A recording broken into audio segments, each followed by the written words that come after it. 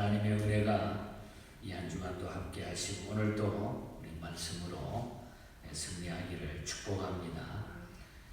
오늘 이 본장 35장 본장에서부터 마지막 이 35장까지는 34장과 이 35장까지는 유다 왕국의 선한 왕 중에 마지막 왕인 제16대 왕인 요시야 통치 행적에 대해서 기록하고 있는 것을 볼 수가 있습니다. 우리가 말씀드린 대로 유다의 3대 선왕을 꼽으라고 하면은 여호사밧, 그리고 얼마 전에 봤던 우리 히스기야, 그리고 16대 왕인 요시야, 이 세 사람이 가장 선한 왕의 반열에 서 있는 것을 우리는 보게 됩니다. 므낫세와 이 아몬의 계속되는 악정과 유다 백성의 불신앙으로 말미암아 멸망길로 달려가고 있을 때에 요시야의 등장으로 유다 백성들이 잠시나마 신앙의 길로 들어서는 모습을 우리는 보게 됩니다. 오늘 본문에 보면 요시야는 8살에 8세의 왕의 즉위에서 통치 초기인 16살, 16세부터 우상을 타파하는 등 종교개혁을 시작해서 여호와의 신앙을 온 나라에 회복하게 하는 모습을 보게 됩니다.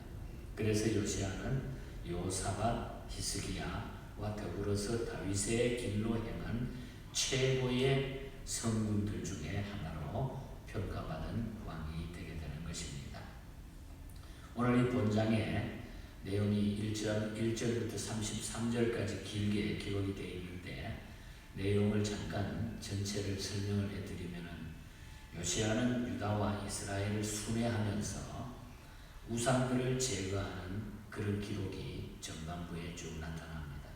그리고 그 후에 우상을 제거한 후에 바로 성전 수리를 명하게 됩니다. 성전이 다 망가져 있었기 때문에 또 성전 안에까지 우상 숭배를 했기 때문에 그 성전 수리를 명령하고 성전 수리를 하게 됩니다. 이 성전 수리를 하는 과정에서 여호와의 율법책이 발견된 이야기가 나타나게 되죠. 그래서 요시야는 하나님의 자비를 구하면서 회개하는 의미에서 언약 갱신의 위대한 의식을 거행하는 말씀이 쭉 기록이 되어 있는 것을 보게 됩니다. 요시야는 이로 말미암아 하나님의 사랑을 받는 왕입니다. 어떤 면에서 하나님의 사랑을 받을 수 있었는가를 말씀을 통하여 오늘 아침에 우리가 교훈을 받기를 원합니다. 자, 요시야가 이렇게 훌륭하고 하나님의 사랑을 받을 수 있었던 것은 오늘 먼저 1절에서 7절 사이를 보면 말씀드린 대로 우상 숭배를 철저히 타파한 왕이었기 때문입니다. 하나님이 가장 싫어하는 이 우상 숭배에 대해서 철저하게 먼저 정리정돈했다는 거죠. 그런 매우 어린 나이에 8세의 왕이 되었습니다. 그가 어린 나이에 즉위하였기 때문에 8세에 뭘 알겠습니까? 초기에는 다른 사람들의 손에 통치를 맡겨야 했기 때문에 개혁할 수가 없었습니다. 하지만 16세가 되던 해부터 하나님에 대한 신앙이 확립되기 시작했습니다. 성경은 그의 신앙 정립에 대해 가지고 3절에 보면 비로소 그때에 하나님을 찾았다, 하나님을 찾았다, 하나님을 구했다, 그렇게 기록이 되어 있는 것을 보게 됩니다. 그가 그렇게 완숙되지 못한 나이에 어떻게 하나님을 찾았는지는 알 수 없지만 분명 그는 하나님에 대한 신앙을 가지기에는 사실 그 당시에 불리한 점들이 많이 있었어요. 바로 앞에 아버지나 그 바로 앞에 왕들이 전부 우상 숭배해가지고 나라를 다 망가뜨려 있고 분위기가 그렇게 흘렸기 때문에 이 어린 나이에 신앙을 갖는다고 한 점들이 참으로 힘들었어요. 먼저 그는 타락한 시대에 태어났죠. 그의 아버지 아몬은 극히 악한 왕이었습니다. 그리고 그는 아주 어린 나이에 왕이 됐기 때문에 얼마든지 주변 사람들에 의해서 악영향을 받을 수도 있었을 것입니다. 분위기가 그렇게 흘러왔기 때문에. 그럼에도 불구하고 그는 다윗의 길로 정직히 행하며 좌우로 치우치지 아니했다. 2절에 보면 그 어린 나이에도 다윗의 길로 정직히 행하여 좌우로 치우치지 아니했다. 실로 경건의 생활이란 하나님과의 개인적인 관계인 것만을 틀림이 없다고 하는 것을 우리가 알게 되죠. 하나님이 이렇게 어려서부터 하나님을 구하고 찾는 자에게 은총을 베풀어 주신다는 것입니다. 그런 16세 때 하나님을 찾고 20세가 되던 해부터는 우상을 타파하기 시작합니다. 강력한 정책을 써가지고 우상을 다 몰아내게 됩니다. 그의 우상 타파는 아주 철저했어요. 오늘 본문에 나타나죠. 우상을 가루로 만들고 우상 숭배에 가세했던 제사장들의 그냥 무덤을 파내가지고 그 뼈를 불살라가지고 가루를 만드는 이야기가 나옵니다. 고대 근동 문화에서는 죽은 자의 무덤이 묻힌 그 무덤을 성역시하는 그런 의식이 있었어요. 그러므로 이 무덤을 파헤치거나 시체에 손을 대는 일은 죽은 자에 대한 모독적인 그런 행위였는데, 요시야는 그럼에도 불구하고 요시야는 우상을 섬겼던 제사장들의 시신을 다 꺼내가지고 그 뼈를 다 불살라가지고 가루를 만들어가지고 다 뿌리게 했다. 무엇을 이야기합니까? 이는 우상 숭배자들의 이 말을 하나님의 불같은 심판을 보여주고 있는 그런 메시지라는 거죠. 가루로 만들어 무덤에 뿌렸다. 그 뼈를 가루로 만들었다. 끔찍한 그런 얘기입니다. 오늘 우리도 요시야처럼 우상 숭배하는 이 타파를 철저히 우리가 회개하고 우상 숭배에 우리가 철저한 믿음을 새롭게 우리가 갖는다고 하면 하나님께서는 어떤 환경 가운데서도 하나님이 직접적으로 그 일을 간섭하시기 때문에 이기게 하실 줄 믿습니다.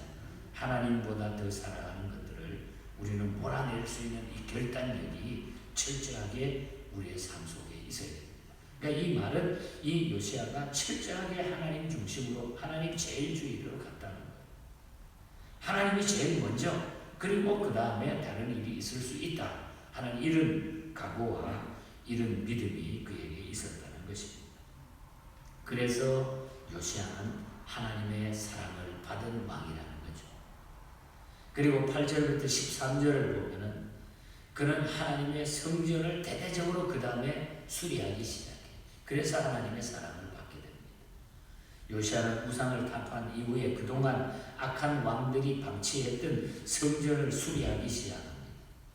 요시야는 우상을 제거하는 과정에서 지방의 산당을 다 파괴했기 때문에 중앙 성소인 성전을 수리할 필요를 느낀 거예요.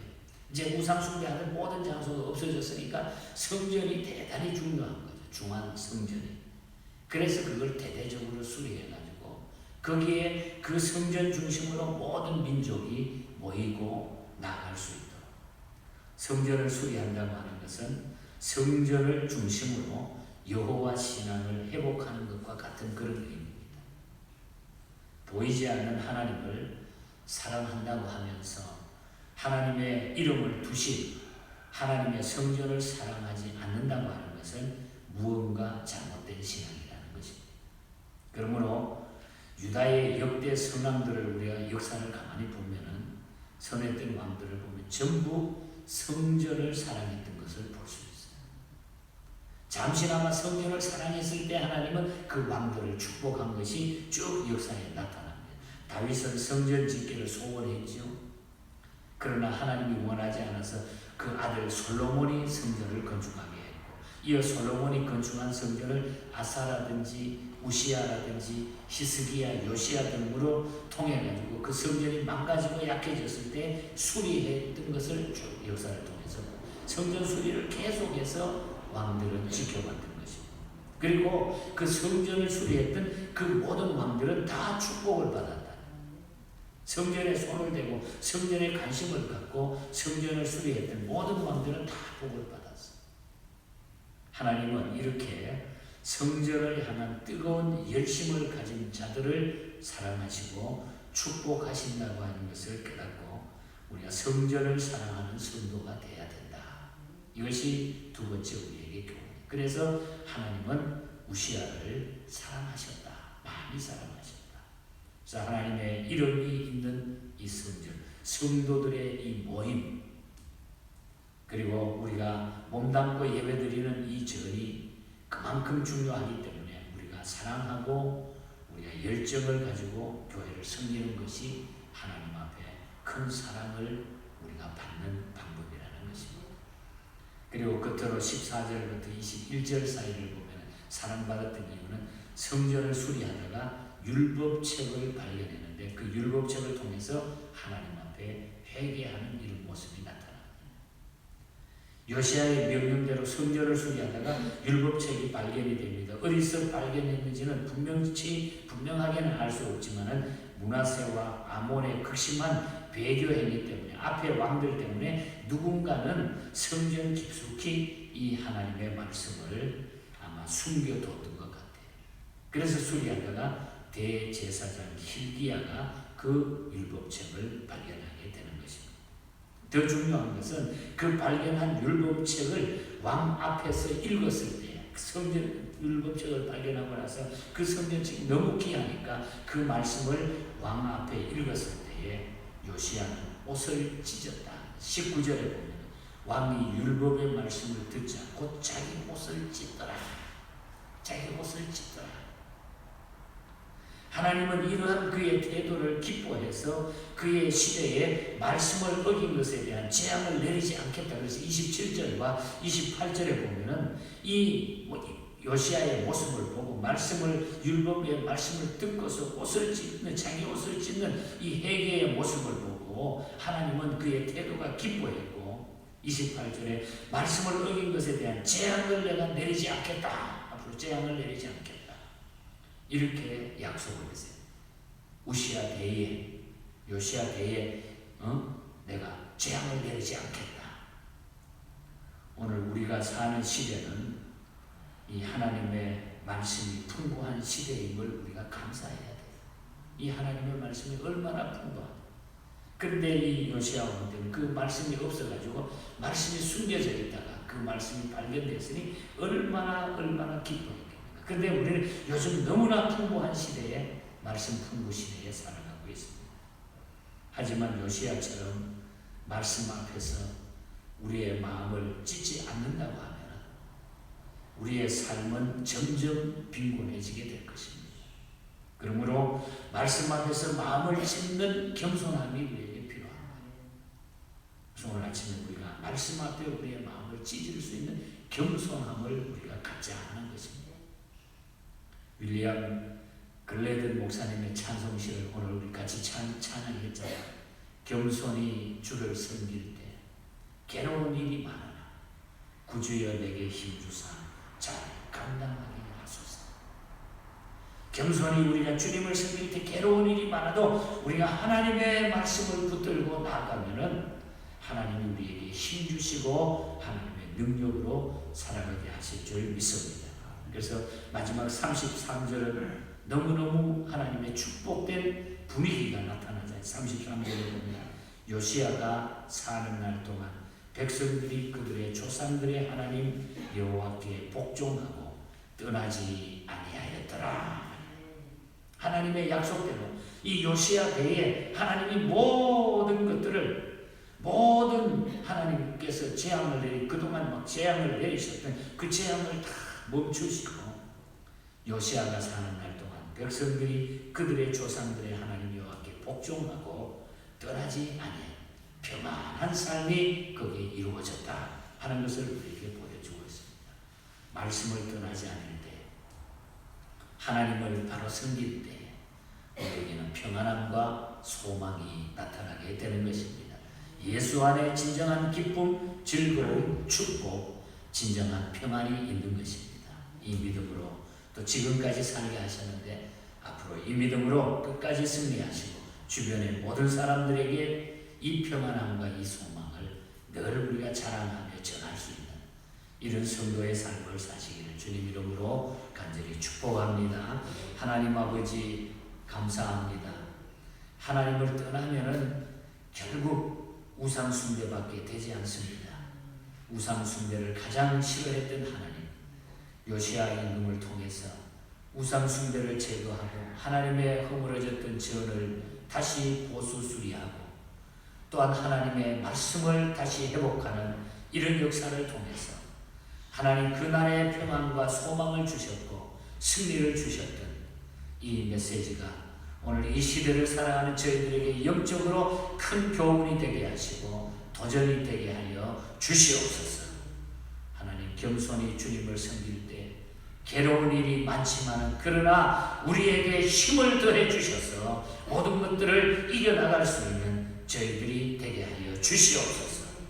오늘 아침에도 기도하는 우리 모두에게 하늘 문을 열어 주시옵소서. 이 한 주간도 성령 충만하게 예배 시간마다 하나님의 몸된 교회와 성도들의 가정을 또한 직장과 또한 모든 사업들을 축복하여 주시옵소서. 거룩하신 예수님 이름으로 기도하옵나이다. 아멘.